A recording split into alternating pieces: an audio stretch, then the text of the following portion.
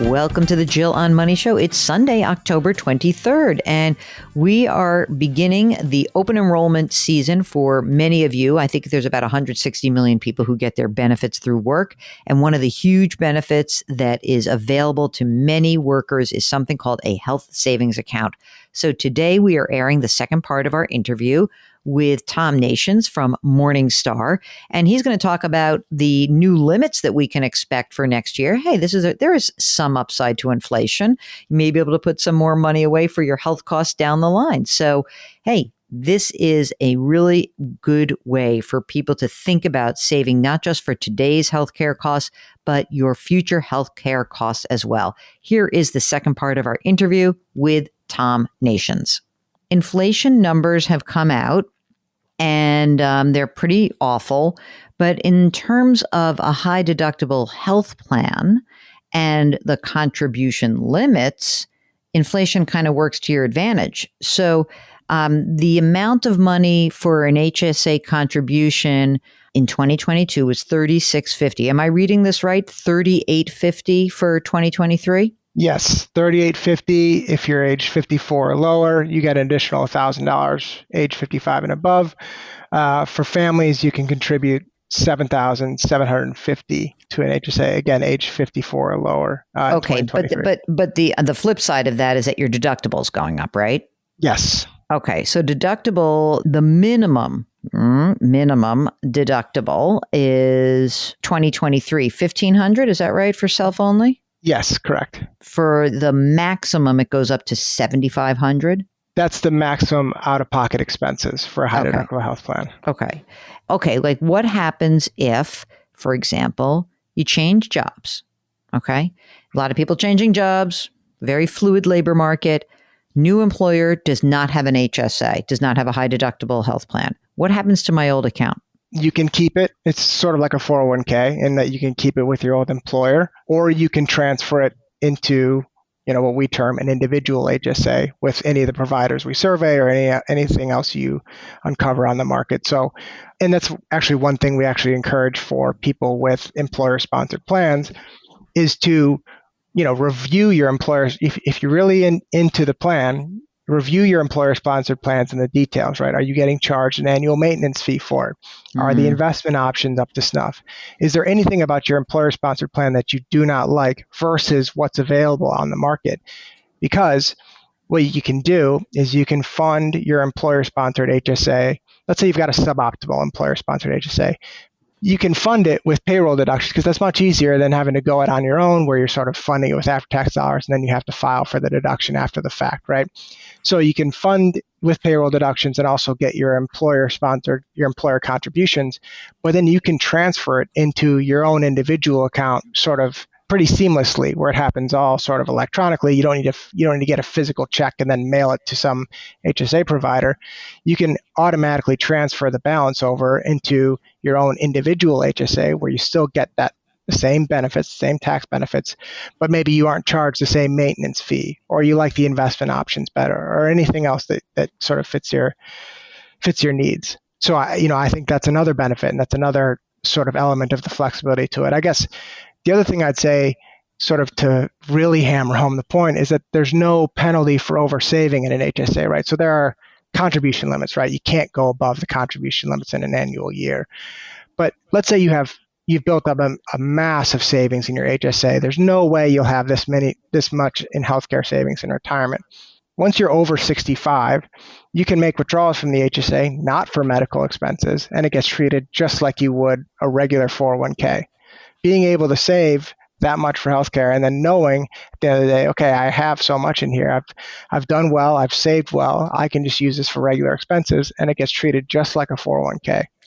I trust Morningstar, and I would believe that you guys know how to rank things. And, you even say in the report, Fidelity offers the most attractive HSA for both spenders and investors, as it was the sole provider with a high overall investment account assessment and the sole provider with a high overall spending account assessment. Fidelity was the only provider to get high on both as in spending and investment accounts, and not to get into sort of the business models of the providers in there. But one of the main reasons is that Fidelity doesn't charge any fees for the accounts.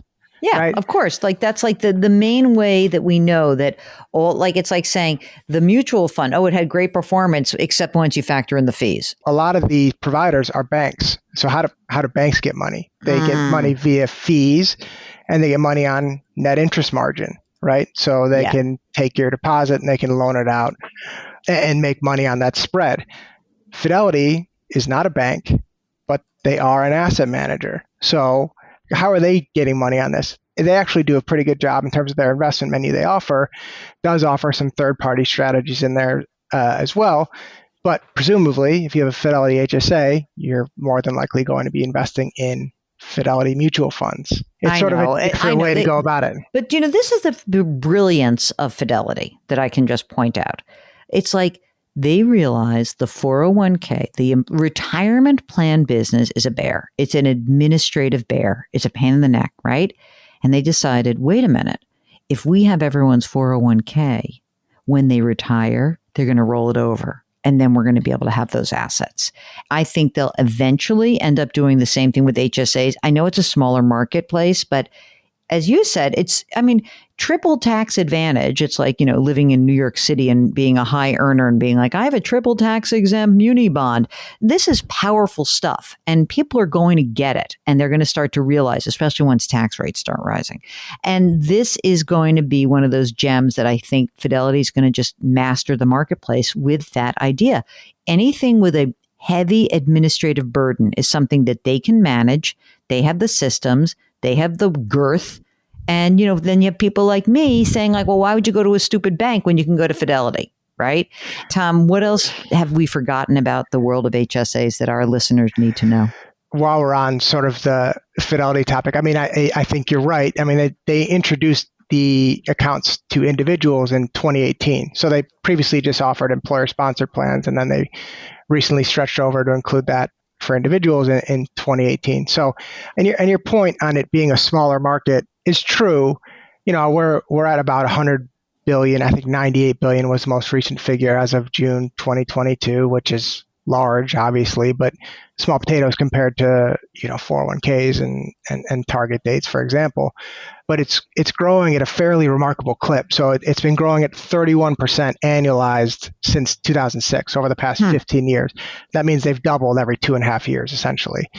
And so you think about that, you think, okay, can that continue? Certainly there will be a ceiling where it won't reach that point.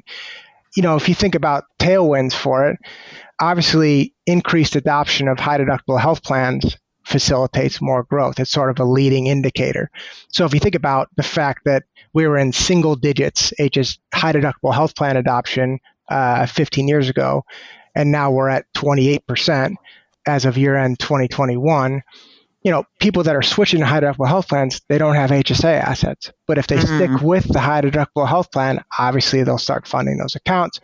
Those, if they get them invested, they'll get the benefits of compounding over time.